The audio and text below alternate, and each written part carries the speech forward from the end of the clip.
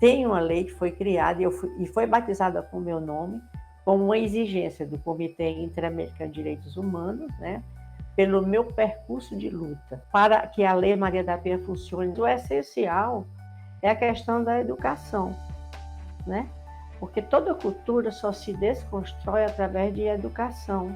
Ensinar as crianças a respeitar o vizinho, o coleguinha, né? Que todas as pessoas são diferentes.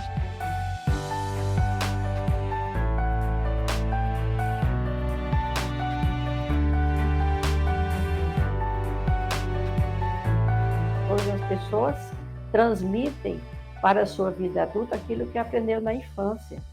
Se está num ambiente onde as pessoas se agridem, eles vão ser agressores, com raras exceções, não é? Vamos educar quem não entende, vamos educar a descendência de quem não entende, que quer passar a sua interpretação pessoal errônea para seus filhos, sua descendência, né? Vamos entrar com a educação para desconstruir.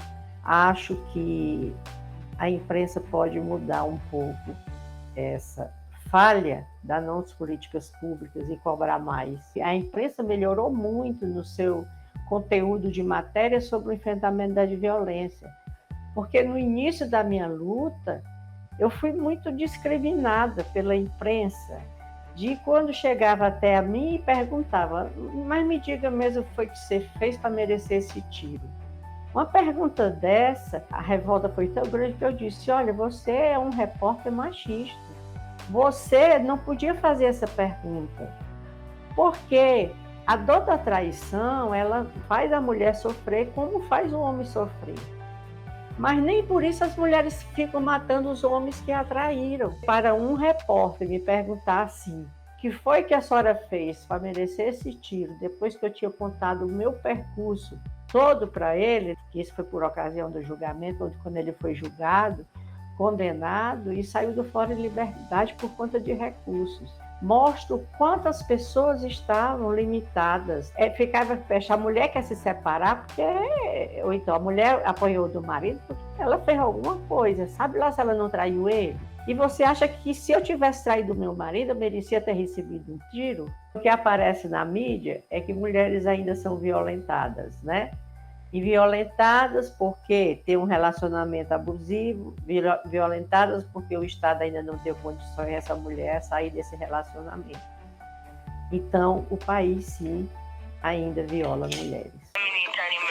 Polícia Militar Emergência, boa tarde. Como é que a gente faz quando a gente tem aqui no programa um agressor de mulher que fala literalmente que bate nela e vai bater nela depois que sair do programa? Tem como alguém vir aqui para prender esse cara? Então, eu acho que a imprensa está na hora de perguntar, cobrar, né, e saber o que é que os candidatos a prefeitos vão fazer em relação ao enfrentamento da violência contra a mulher no seu município, para que a gente tenha profissionais capazes e que entendam sobre a violência contra a mulher para que aplique a lei corretamente.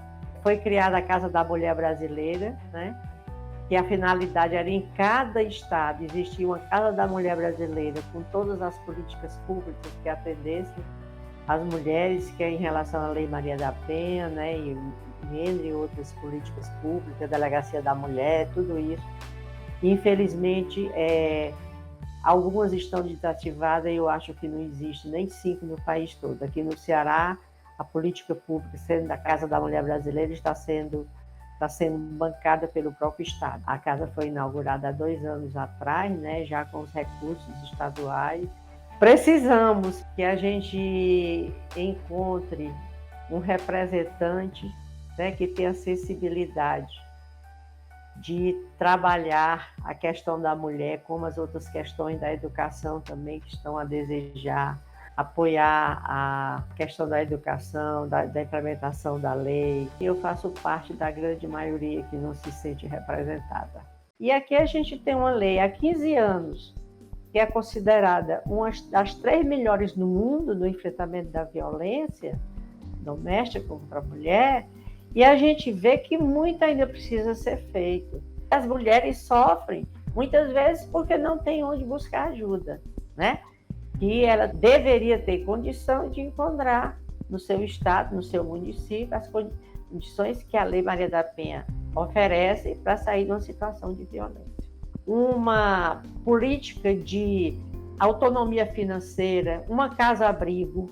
Então, essa mulher vai ser protegida numa casa-abrigo com seus filhos menores. A política existe, né? Mas aí os gestores têm que se adequar ao seu município, às políticas que existem. Se o município é muito pequeno, mas tem o posto de saúde, então vamos aproveitar esse espaço. Não é necessário que a vaidade do prefeito faça com que ele erga um espaço onde tem um centro de referência. Por quê? Porque a mulher não vai até ali. Porque no momento em que ela for, quando ela chegar em casa, o marido já soube que ela esteve lá. Não é? Então tem que ser no local público mesmo, numa unidade de saúde, que ela vai chegar até ali por N motivos. Inclusive porque ela foi vítima de violência. Outra coisa, que esses espaços sejam ocupados por profissionais capacitados dentro da Lei Maria da Penha. Por exemplo, o Centro de Referência da Mulher, ele funciona com o psicólogo, o serviço social e o advogado. Então, a mulher, ela se orienta através desses 3 profissionais. E eles, através da sua história, vão ver como essa mulher pode ser atendida. E a gente precisa ver também que os órgãos de classe devem ser responsáveis pela conduta desses profissionais. A gente tem visto aí juízes, advogados que distratam muito as mulheres porque não foram capacitados, têm a cultura machista dentro de si e se acham o dono da verdade e proprietário daquela causa. E não é assim. Eu envio por e-mail, só que infelizmente quase nada é protocolado. Aí eu não sei o que fazer. Eu envio para todos que eu tenho o e-mail, para todos que estão com processo e que podem protocolar. A Defensoria Pública, o promotor, o delegado, o IGP. Mas que conspiração, hein, Mariana? Porque não foram capacitados, têm a cultura machista dentro de si e se acham o dono da verdade e proprietário daquela causa. E não é assim. Né? Nós precisamos ter gente capacitada. Nós precisamos, sim, que o próprio Poder Judiciário, os membros do Poder Judiciário sejam educados. A lei por si só não vai resolver essa questão cultural.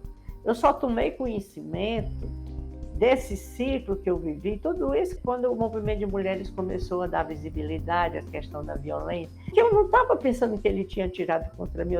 E a versão que existiu foi só a dele. Ele tinha visto 4 assaltantes, que havia lutado contra os 4, e que os assaltantes ouviram vozes na rua e resolveram correr para ir embora. Né? Nada foi roubado, né?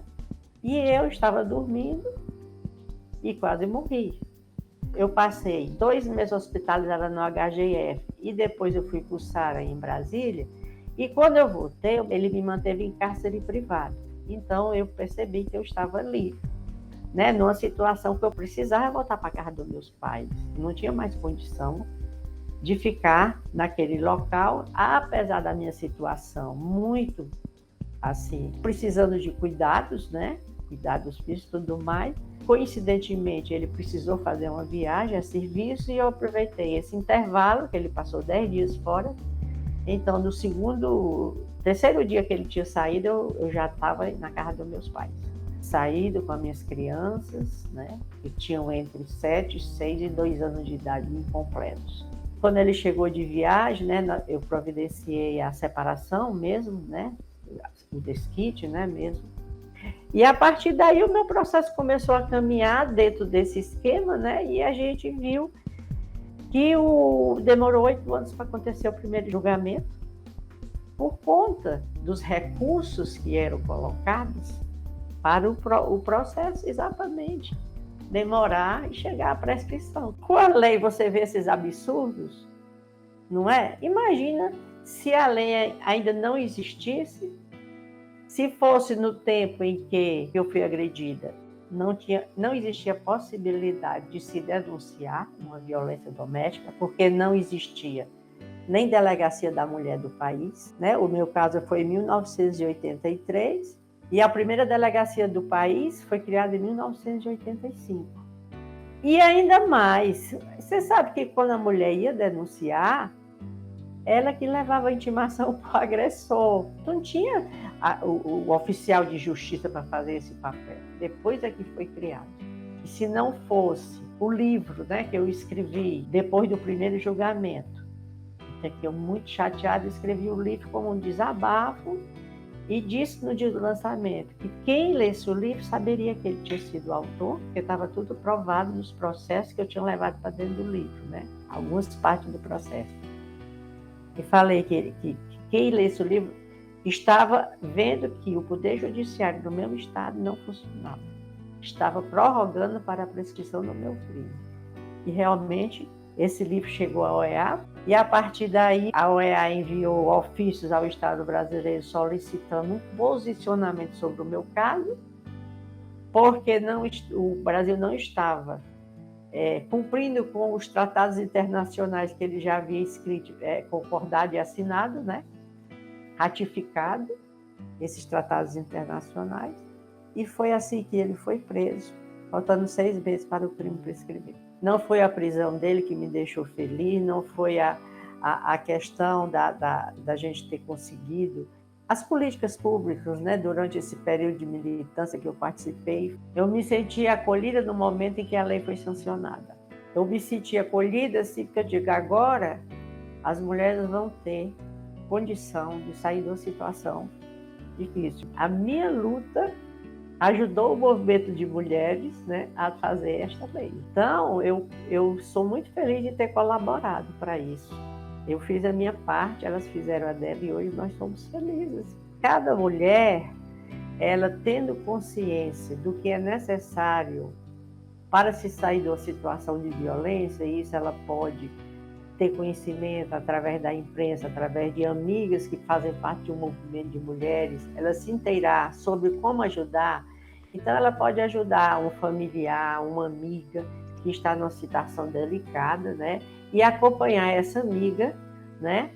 A uma política pública, né? Estar com ela para que ela se fortaleça e consiga tomar uma decisão. Nós temos também o telefone 180, que funciona 24 horas por dia, que este telefone é para orientar as mulheres onde buscar ajuda, né? E temos também o 190, que é o telefone que deve ser acionado quando a mulher já está passando por uma situação, né, de violência. A gente conseguiu essa conquista e agora a gente está trabalhando para que ela se realize realmente. Diariamente eu tenho alguma live para fazer, tenho algum encontro, alguma entrevista, certo? E eu faço isso com prazer. Às vezes muito cansada, mas com muito prazer. Todas as conquistas alcançadas me fortaleceram muito. Eu não tenho nenhum trauma. Eu passei por tantas situações, né? E consegui sobreviver e consegui alcançar objetivos que eu não pensei que poderiam acontecer, né? Isso me deixa forte. Eu tenho a dizer que Deus me quer muito bem, porque me permitiu sobreviver, que eu pedi muito para sobreviver, contanto que minhas filhas não ficassem órfãs de mãe. Eu tenho meus filhos, meus genros como filhos, né? Com toda a liberdade que uma mãe tem com seu filho, eu tenho com meus genros e com minhas filhas. E eu sou muito feliz por isso. E por isso, assim, que Deus me dá força para eu continuar nessa luta, porque eu não tenho outra preocupação, a não ser com a minha luta. Eu acredito numa sociedade onde homens e mulheres se respeitem. Eu acho que isso é bom, né? Todos se respeitando, a sociedade se torna mais forte.